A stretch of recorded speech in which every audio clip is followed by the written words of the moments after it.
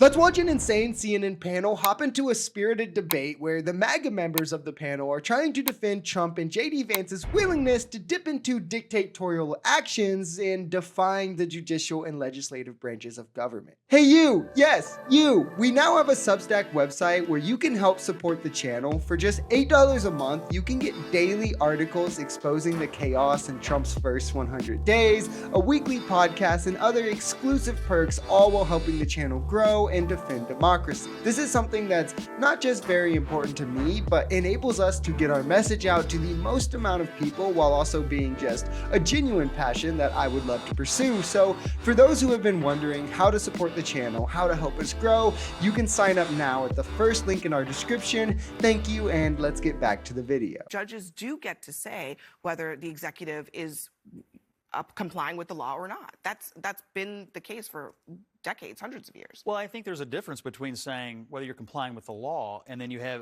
these individual district court judges setting effectively broad federal policy that is specifically reserved for the president of the United States. I think we do have a constitutional crisis, and it's being caused by these judges. They're not here to tell us.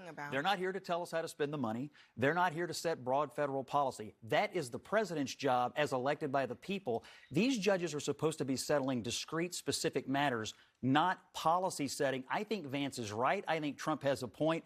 And these judges want nothing more to continue the lawfare against I don't Trump. think anybody's going to be surprised to hear that you think Trump is right. MAGA will never acknowledge when Trump is wrong because that's the quickest way to get canceled from the party, either by Trump or by the other voters who aren't going to let you disagree with anything. Remember when conservatives valued the Constitution? Do you remember when they valued keeping the government from overstepping its bounds? Oh yeah, they never did. It was all lies. They're literally just the party of the Constitution only matters when it benefits us, and separate but equal doesn't really exist. This is not a judge setting federal policy. This is the judiciary doing its job, which is providing checks and balances to the executive, of whom is now saying because they don't like it, because they don't like the law, if the president and party doesn't agree with the checks and balances, they don't have to listen to them. That's the only extent, is if they just disagree. This is clear authoritarianism. This is them testing the water to do fascism and be dictatorial. I mean, don't be mistaken. They're being brazen about it. One of the main disputes is whether the executive branch can just decide not to spend money that another co-equal branch has said ought to be spent. So it's not just about forcing the federal government to spend money. It's saying Congress said you need to spend this money this way, and the executive branch saying, no, I don't feel like it, and the courts say you have to. Well, my answer to that simply is,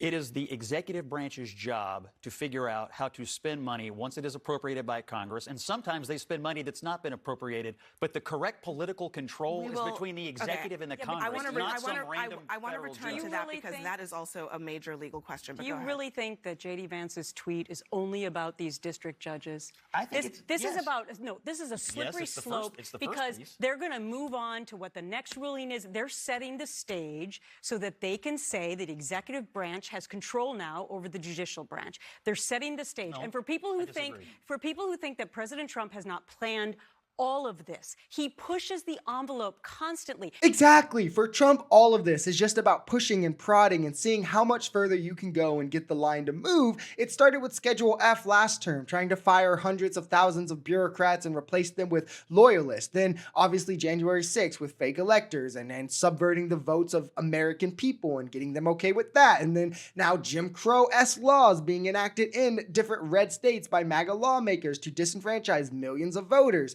They're okay with that. Now him and Elon overstep the legislative branch. MAGA's okay with that. They get blocked by the judiciary. They're threatening to overstep that. MAGA's okay with that. The executive has never had this sort of overreaching power. I would love when how they talk about Biden being like a dictator in the establishment. I would love to know one thing Biden did that was even kind of close to overstepping his power like this.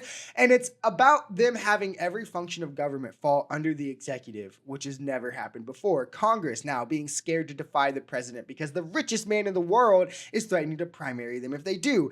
Agencies have to comply with the president or lose funding, something they've never had to worry about before because Congress controls funding. Judges being appointed as Trump yes men or flat out ignored in their rulings if they aren't. It begs the question as to what checks and balances even still exist for Trump then. If you want a big policy questions decided, let the Supreme Court do it. But in the interim, the executive has to be allowed to govern. How do we get to the Supreme Court? Can Just somebody appeal, tell me? and that's fine. But you can't tie them up we get until to it the gets Supreme there. Court. You can't tie them up We until get to it the gets Supreme there. Court by the judge's ruling, things going to appeal, and then it goes And in the up. meantime, what happens? Trump can't act? Trump can't act? In the meantime, you're supposed to comply with the court's rulings. Am I wrong about that? Well, you're supposed to comply, but Scott's absolutely right in that the court cannot say you have to spend these dollars today. So as a governor, I dealt with this. We got things challenged in state court and federal court. It's all judge shopped, by the way. Judges don't randomly get these cases. There's a reason that these cases are filed in Boston, the Boston court, or a certain district, Rhode Island, because they know they're going to get a judge that is politically great favorable. bipartisan practice as well. Yeah. Both sides do it. I mean, I think how many times that district court and judge one guy in Texas shut down Joe Biden?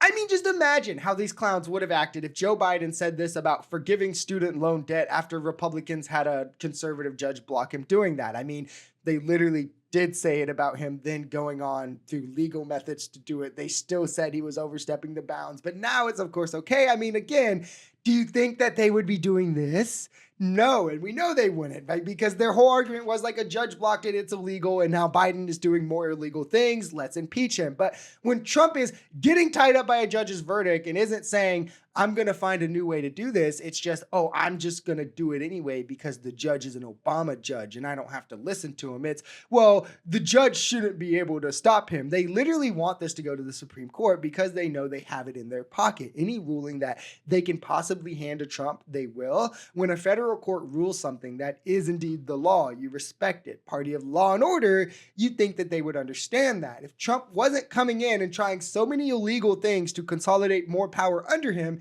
he would have nothing to worry about getting blocked to this extent. None of what these people are saying are even kind of accurate to real life, but it is accurate to the unchecked kind of king-like power that they want Donald Trump to have, that each and every one of them would be calling the tyrannical government if it was Joe Biden or any single Democrat doing this.